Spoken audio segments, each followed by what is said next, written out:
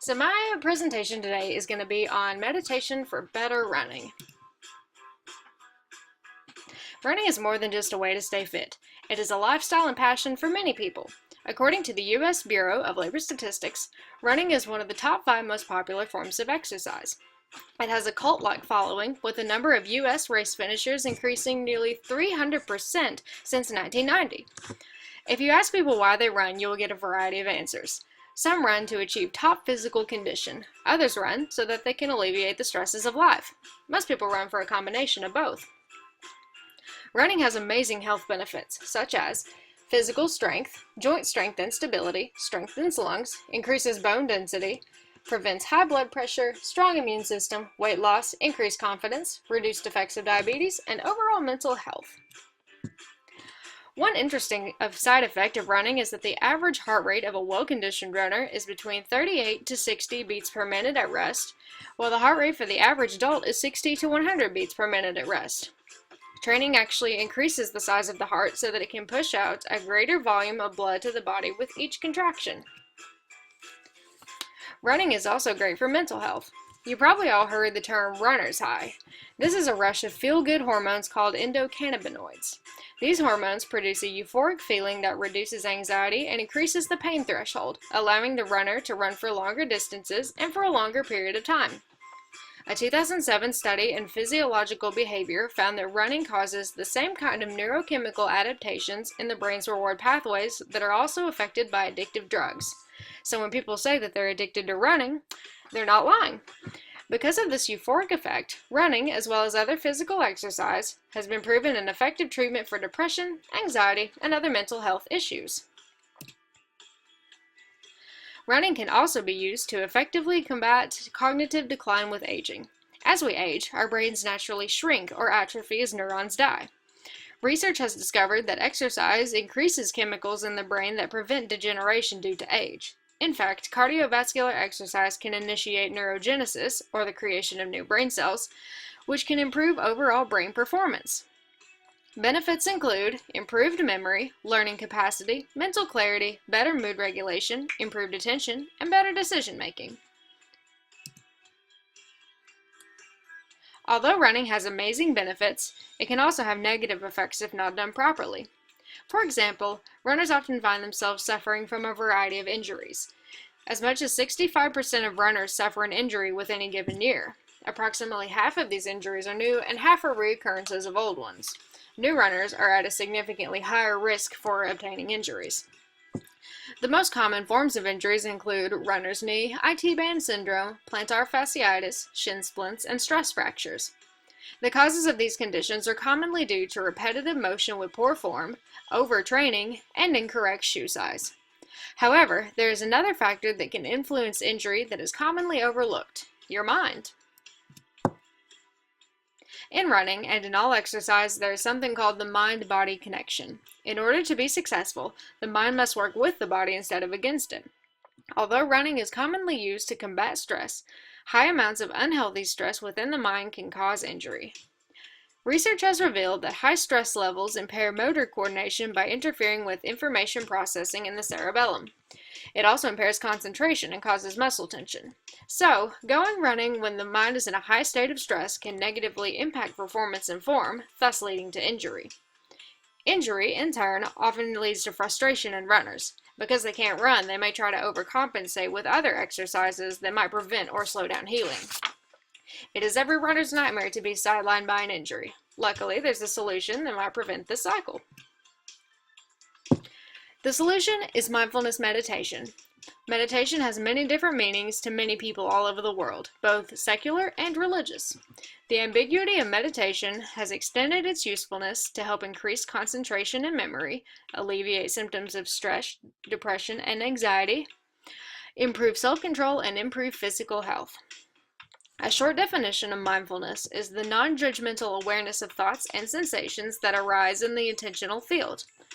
These thoughts and sensations are acknowledged and accepted as they appear, and then they are let go and awareness is returned to the breath. At this point, you might be thinking that combining meditation and running could create the ultimate combination of health. And you're right, but not in the way you think. When you think about it, running and meditation are very similar. They have several traits in common, such as the need for controlled breathing, the awareness of the body, and the focus of the mind. What I refer to as the zone or flow in running is a state in which running becomes effortless. The body becomes relaxed, thoughts flow naturally, and the breath evens out. The runner is in total bliss while still being aware of their surroundings. This is the beginning of the runner's high. With this state being highly sought after in the running community, a fusion of meditation and running called mindful running is increasing in popularity. Several guides have been released to teach runners how to engage in mindful running, such as Running with the Mind and Meditation by Sakyong Mipham and mindfulrunning.org, just to name a few. So now that I've introduced you to the topic of mindful running, I'm going to tell you how to do it. To begin with, mindful running is most efficient when you aren't listening to music. Music often distracts the mind from the task at hand, making it difficult to get in the zone while maintaining awareness of the body and form. Although it is sometimes possible to get into the zone with familiar music on, for our purposes, it's better if there is no music. Calming music without lyrics is acceptable if you feel you have to have sound. Before a workout, you should always take an assessment of your body. Notice any areas of tension or discomfort. If you feel well, do a warm-up and stretch out any tense areas. Once this is completed, begin running in a slow stride, building up speed as your body gets more warmed up. Step 2 is to take notice of your breathing. Just like with traditional seated meditation, mindful running also uses the breath as the center for concentration. Try to sync your breath with your movements, maybe inhaling and exhaling every few steps. It is best to breathe deeply into the diaphragm to ensure that you get enough oxygen. Imagine your belly rising and falling with each breath.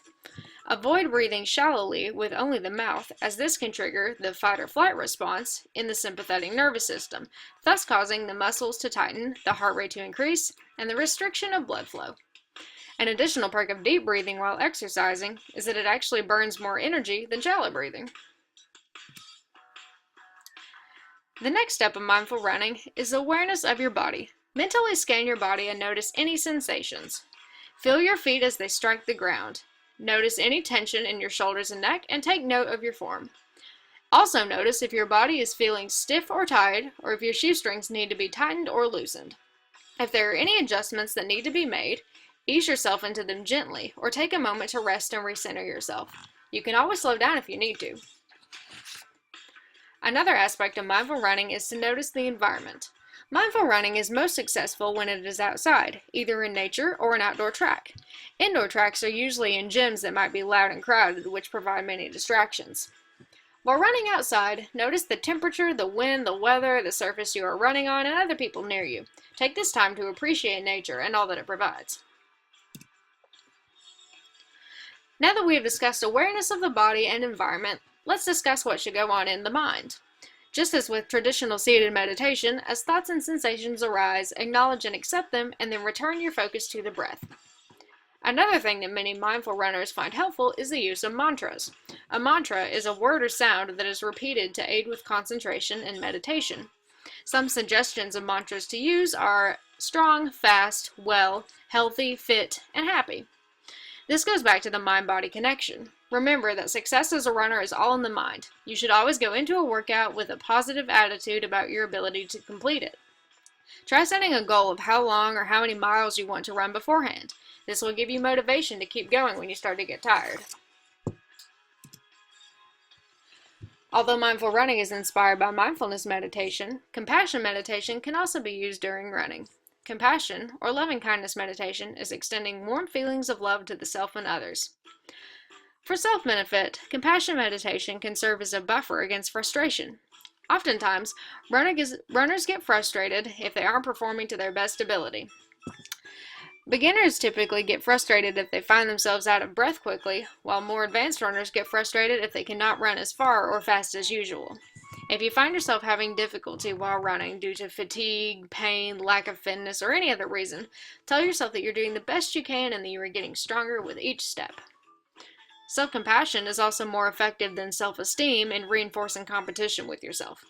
Self-esteem uses others as a reference point for self-comparison. As with all activities, there's always going to be someone who is better than you in running. Accepting this by using self-compassion takes away that comparison with others so that you can focus on your own personal goals. The goal in running should always be to improve yourself rather than to beat others. Running can also be used to extend love to others. If you pass someone while running, you can smile at them and silently wish them a happy run. Remember that they are likely running for the same reasons you are, for a healthy mind and body. In conclusion, both running and meditation have amazing health benefits. If combined, they can help you achieve peak physical and mental health by reducing stress, warding off injury, and getting that euphoric runner's high. Even if you don't run, bringing mindfulness into any workout can increase positive benefits for your mind and for your body. Thank you for listening.